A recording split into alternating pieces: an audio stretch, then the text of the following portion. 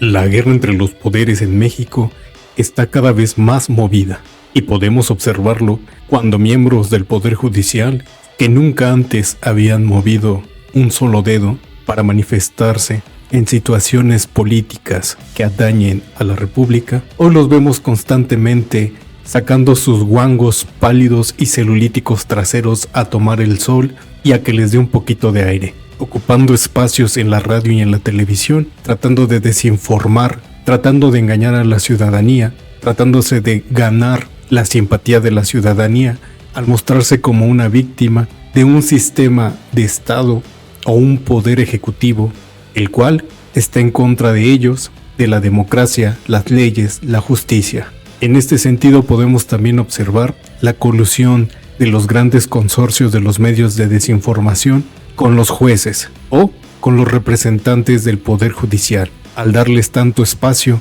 permitirles que desinformen, que den su punto de vista y que sean la voz preponderante en esta guerra entre poderes. Sobre todo porque no hay un equilibrio de voces. No se le da el mismo espacio, ni siquiera se le da un pequeño porcentaje del tiempo a la otra voz, al otro lado, al otro bando. Y no solo estamos hablando del poder ejecutivo o el poder legislativo, sino también de la ciudadanía y el pueblo, que la gran mayoría sabemos que nuestro poder judicial está completamente corrompido y podrido y que ya no podemos tolerar ni soportar.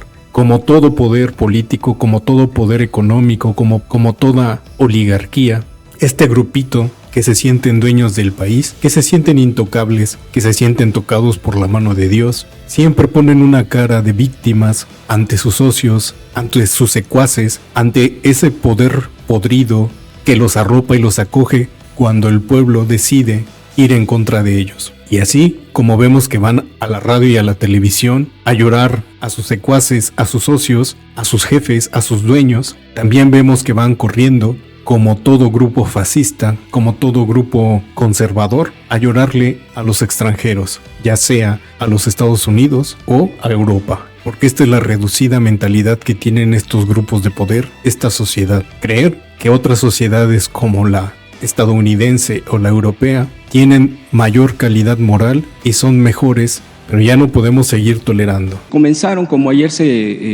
aquí mismo se mencionaron, las mañaneras del Poder Judicial, pero pues han salido varios datos que quisiera yo ponerlos en la mesa, preguntarle, porque bueno, cada vez que salen más datos del Poder Judicial, públicos, periodísticos, pues salen más detalles que llaman la atención, que fue por eso que mucha gente de la población dice que hay que cambiar.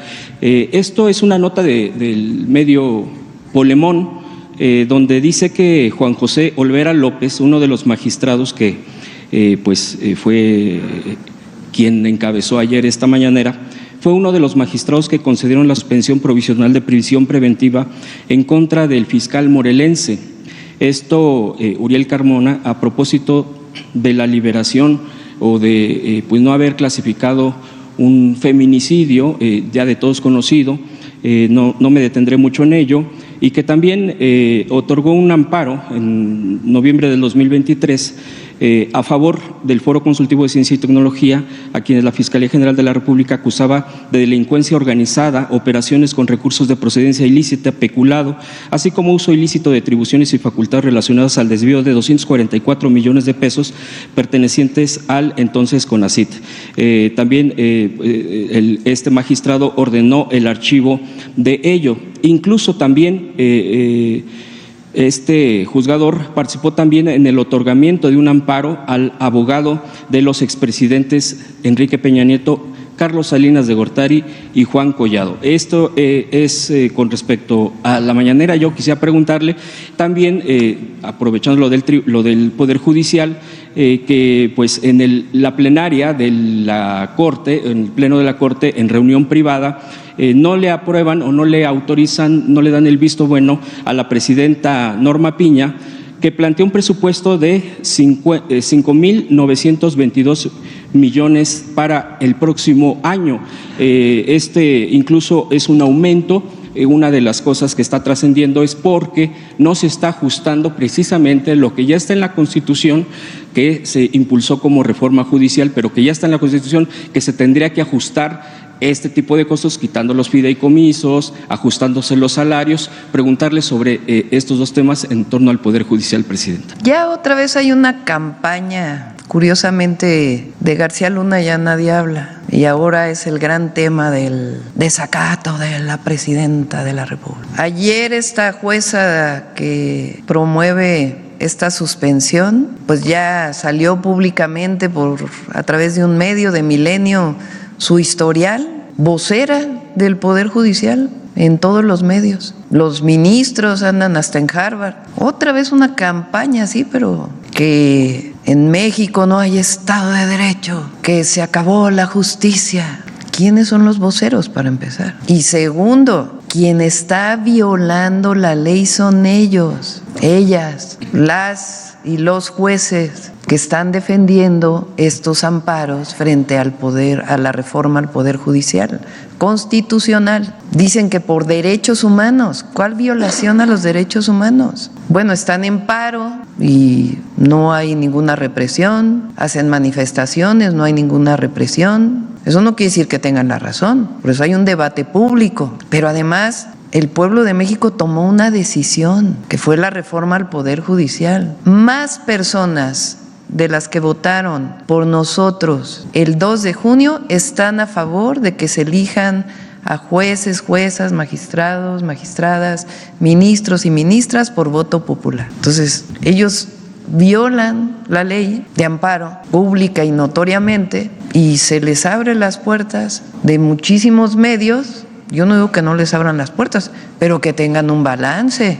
La imparcialidad, la objetividad tiene que ver con eso, una posición y la otra. Pero además, si algo estamos haciendo en México, y va a ser un ejemplo al mundo, aunque en Harvard digan otra cosa, la elección del Poder Judicial va a ser un ejemplo, porque es el pueblo decidiendo sus jueces, sus magistradas, magistrados, ministros, ministras de la Corte a partir de un proceso de selección abierto, transparente, público, en donde se tienen que cumplir una serie de requisitos, porque también se dicen muchas mentiras, de que la tómbola fue para elegir los jueces, de que no, fue para definir cuáles plazas se van a poner a votación. Entonces, estamos construyendo un verdadero Estado de Derecho en nuestro país. Y no se nos va a olvidar nunca, porque así llegamos nosotros, que nosotros servimos al pueblo de México, no servimos a unos cuantos intereses. Y frente a quien defiende privilegios como este de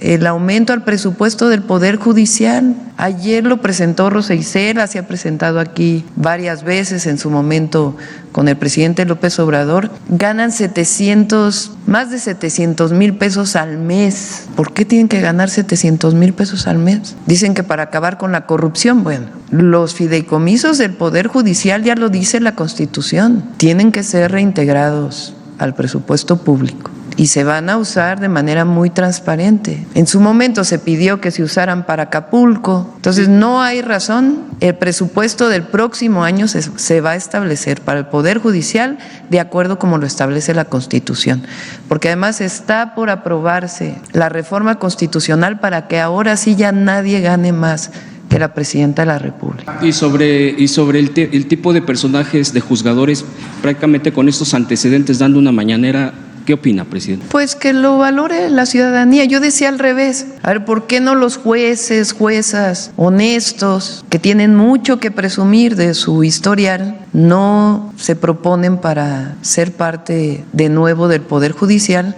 a partir de la elección popular? Y también que se haga público pues sus historiales. Estaremos en unos casos de acuerdo, en otros no, pero son servidores públicos. El juez, la jueza, es un servidor, una servidora pública. Servidor público quiere decir estar al servicio del pueblo. Eso quiere decir servidor público, no estar al servicio de un privilegio de unos cuantos. Por último, presidenta, preguntarle sobre que el juzgado cuarto del distrito en materia administrativa, a propósito, otro tema del Poder Judicial, que defiende cárteles inmobiliarios, ordena autorizar un cambio de uso de suelo en un área natural protegida en el bosque de Chapultepec. para construir una torre de departamentos de lujo. Esto también llama la atención porque así está la información también que ha estado saliendo. Sistemáticamente el juez Juan Pablo Gómez Fierro, pues que también se le conoce como quien ha bloqueado varias políticas de la soberanía del país, ha apoyado que ahora ya es magistrado de circuito, ha favorecido a la inmobiliaria Trepi de José Manuel Berumen Bautista. Esto precisamente para anteponer esta construcción.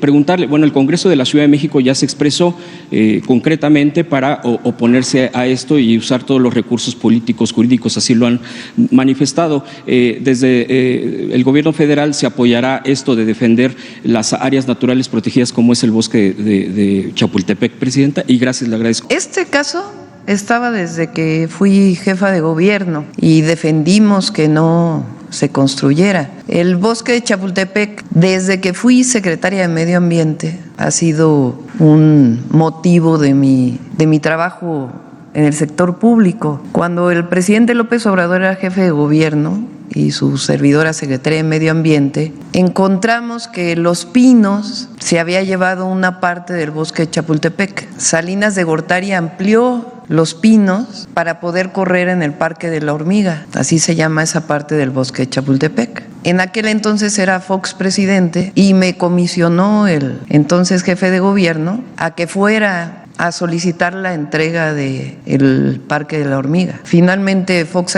accedió y se recuperó el Parque de la Hormiga. Y después fuimos recuperando una buena parte de la tercera sección del bosque de Chapultepec, por razones ambientales y porque además lo que es público es público. Estamos a favor de la propiedad privada y que se respete la propiedad privada, y para eso hay leyes y está la Constitución, pero lo que es público es público. Lo que cambió es que ya no privatizamos lo público, porque tuvo no una buena historia en nuestro país, pero además lo que es del pueblo es del pueblo, lo que es de la nación es de la nación. El bosque de Chapultepec lo vamos a defender como todas las áreas naturales protegidas. Hay casos en el sureste, hay pendientes que también vamos a atender. Entonces el cambio de uso de suelo, no va a haber cambio de uso de suelo de zonas naturales y particularmente áreas naturales protegidas a otros usos y menos de desarrollo urbano. Al revés, vamos a proteger y a seguir ampliando las áreas naturales protegidas. Ayer la jueza Nancy Juárez decía que eran los artículos 147 de la Ley de Amparo, 103 y 107 constitucionales, que supuestamente esos últimos dicen que tiene como facultad exclusiva el Poder Judicial el poder, en palabras llanas, tumbar o suspender reformas de este tipo por ser facultad exclusiva del Poder Judicial. Aquí sí sería bueno que si pudiera venir la consejera jurídica, que es senadora con licencia y también fue presidenta de la Comisión de Puntos Constitucionales, a que nos aclarara esto nada más. Ahora vuelve a poner el artículo 61. Por cierto, miren, no, sí. Ahí está un diario oficial, ¿no? A ver, paso el medio. No sé quién lo tiene. Sí, es lo que mencionó la jueza el día de ayer. Y bueno, en lo Pero, a ver, por supuesto que cada poder tiene sus atribuciones, pero hay artículos en las leyes que son muy claros, que no están sujetos a interpretación. Tal es el caso del artículo 61 de la Ley de Amparo Reglamentaria de los artículos 103 y 107 de la Constitución. Artículo 61. El juicio de amparo es improcedente. 2 puntos. 1. Contradicciones o reformas a la Constitución Política de los Estados Unidos Mexicanos. Díganme ustedes qué interpretación tiene eso. No dice ahí, salvo en los casos de reformas al Poder Judicial. No lo dice. Dice en cualquier reforma constitucional. Tampoco dice salvo en los casos que me afecte, no. Cuando hay una reforma constitucional, que ayer lo vimos, para que haya una reforma constitucional tienen que aprobarlo 2/3 partes de la Cámara de Diputados, 2/3 partes de la Cámara de Senadores, la mayoría de los congresos estatales y de la Ciudad de México. Y una vez que ocurre eso, entonces viene el cambio constitucional. Y la Ley de Amparo dice, es improcedente, o sea, no se puede aplicar la Ley de Amparo contra adiciones o reformas a la Constitución Política de los Estados Unidos. Eso lo sabe la jueza. Lo que pasa es que buscan formas que no tienen que ver con la ley. Por eso digo, quien está violando la ley es ella. Quien está vulnerando el Estado de Derecho es ella. Nosotros estamos siguiendo la Constitución y la reforma constitucional tal cual fue aprobada. Entonces, ella quiere postularse para ser elegida por el pueblo, pues que hable de por qué debe ser, porque no le sirven mucho estas formas de violar la ley para poderse postular nuevamente. De estas risas que hubo cuando el ministro Ortiz Mena, pues... Que nadie se burla de los mexicanos y las mexicanas. El pueblo de México tomó una decisión. A mí me toca defender a mi pueblo y a mi país y a mi patria. Y a todos los mexicanos también. Será muy reconocida la escuela de Harvard, pero sería bueno que la escuela de Harvard hiciera una investigación sobre la corrupción en el Poder Judicial mexicano.